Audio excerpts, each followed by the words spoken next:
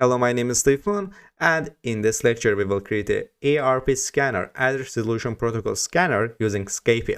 So the Address Resolution Protocol works on the Ethernet layer. So using SCAPE, we will firstly import the Ethernet layer here.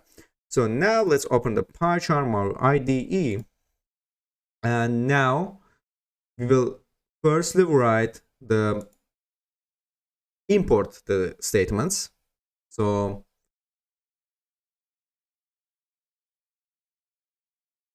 here.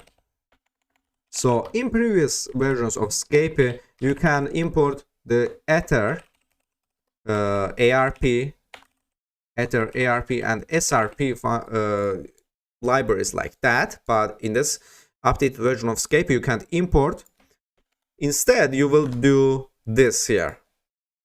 Import firstly, and you will get that Ether libraries from import from SCAPE layers, and after that you inside the SCAPE layers you will import Ether and ARP from that, and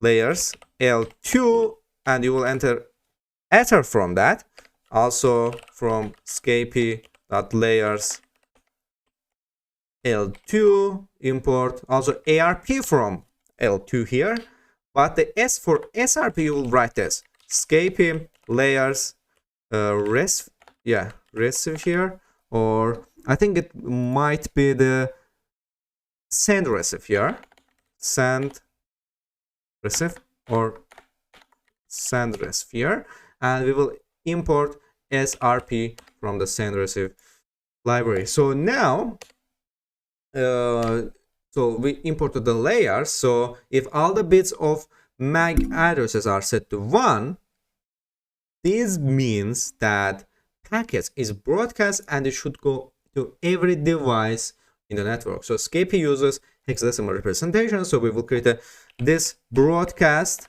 variable to denote the broadcast address.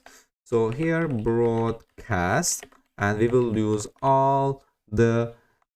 set all the variables to 1, ff, and ff. That's it. So then we can create an Ethernet layer packet and put the destination as a broadcast, right? So we will also need to define the IP range we want to scan. In my case, let's actually find what our IP config is and what broadcast IP is, and it's actually clear that if config, and as you can see here, our net mask is this, our init address is this, and our broadcast address is this. So in this case, we will scan from 192.168.13 from 0, and from 192.168.13 to 255, right? So now what we're gonna do is we will write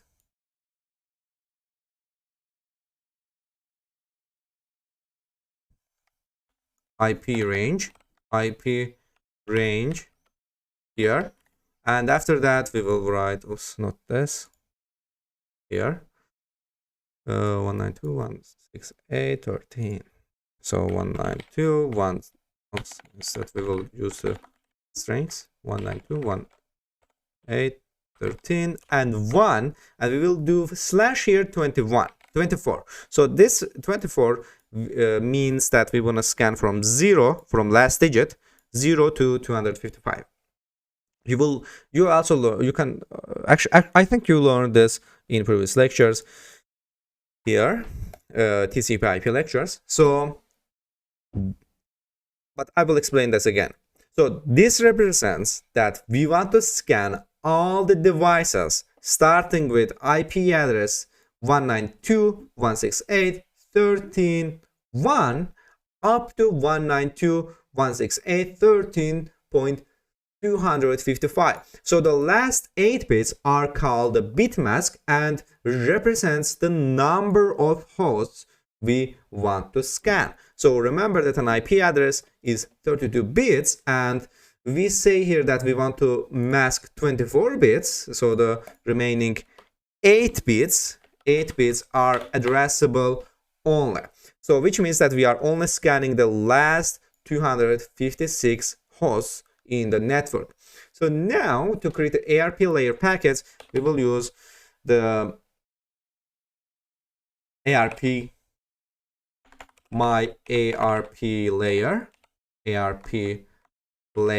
and we will use this ARP library that we imported from the Escape layers L2 packet.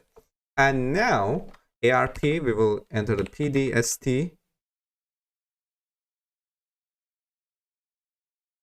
equals IP range. So that's it. So now that we have created 2 layers, Ether and ARP, next we will create a packet with both of these layers. So we will packet the equals Ether layer here and ARP layer.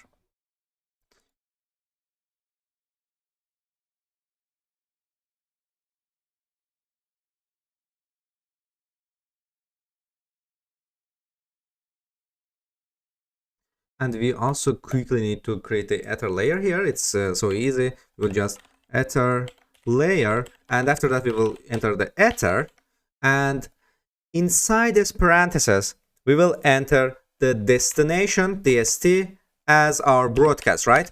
So we will get this broadcast inside this Ether layer. That's it. So after that, what we're gonna do is, so what we're gonna do is now we will send this packet as a broadcast. To do this, we need to SRP function. So ANS here, we will use the ANS and ANS here. As we will use SRP, we will enter the packet. The interface is going to be, in this case, let's say the ETH0, because we will use ETH0 here. And timeout is gonna 2, I think. Yeah, 2 is okay. So packet here is the name of a packet we want to send, and ePhase is the network interface card NIC we want to use to send this packet. And the timeout, as you can see, it is to make sure that if we don't get a reply in 2 seconds, this means that device is most probably offline. So SRP returns both answered and unanswered packets. So we are interested in answered packets from online devices only. So now to get the IP addresses and MAC addresses of the online devices, we can write the for loop. So we can iterate over the answer to see the IP and corresponding MAC addresses. So for SND and RCV in ANS here, and we will create a new IP. So let's use this. So we will create a new IP. This will take, actually, let me see if it's recording. Yes. So IP here, we will create a new variable IP, and we'll take the RCV parenthesis ARP here, and PSRC. That's it. And after that, we will also use the MAC address here. So RCV as well. In this case, we will use the Ether and SRC. And after that, we will print the online, or first we will write the IP. Let's use the format here. So IP, we will use the IP. So as you can see here, with receive arp.psrc, we got the IP address from the receive array, and also we got the MAC address from the receiver with saying ether here. So now what we're gonna do is, after that we'll use the new line, or we can also use tab, so it will be here. And after that we will use MAC. Actually, let's use the 2 tab. So MAC address is gonna be MAC. That's it. So here the RCV represents the packets that have been received by the sender. So to get the IP address, we can use the ARP layer, and to get the MAC address, we can use the ether layer. So remember, the fields set in the packets correspond to the respective layer. So the complete code will look like this here, and let's run this, check this. And as you can see, we got an error here in line 12.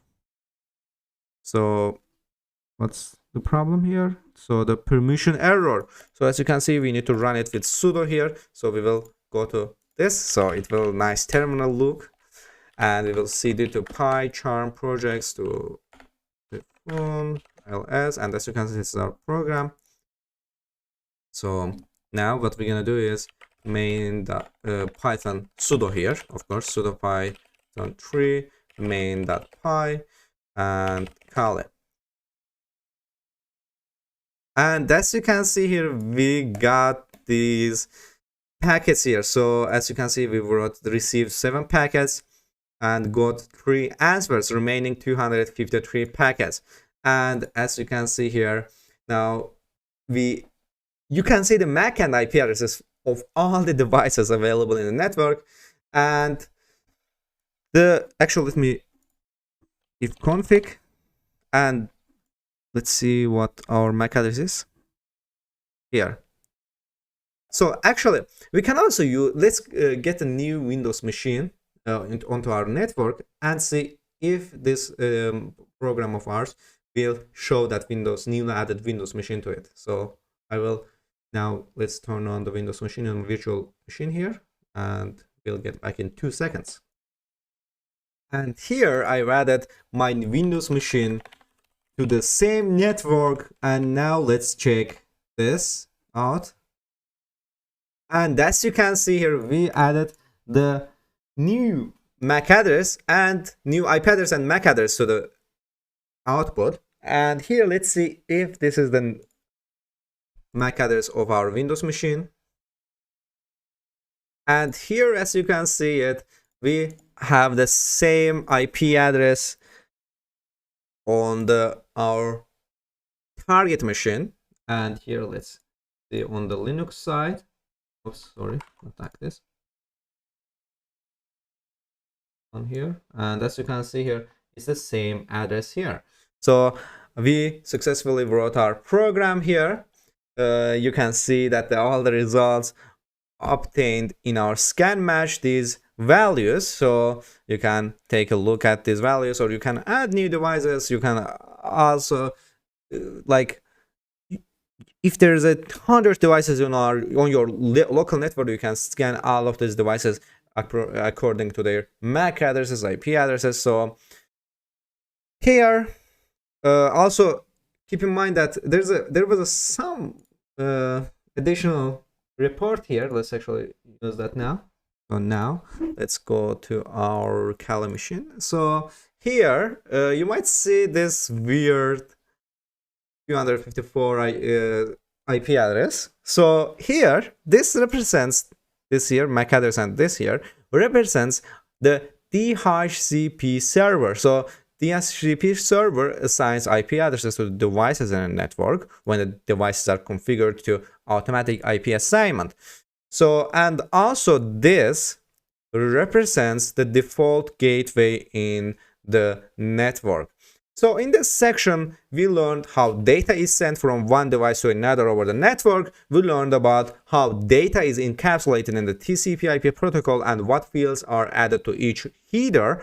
Next, we learned about a very important network manipulation and packet crafting tool called SCAPI here. And we also learned how to craft packets using SCAPI and how these packets can send over the network. So we then learned about address resolution protocol, and finally we created an ARP scanner to get our internet protocol addresses and MAC addresses of live devices in our network. We also added Windows device. We seen the IP and MAC addresses match, and in next lectures we will do more awesome and fantastic practical topics like this. So I'm waiting you in next lecture.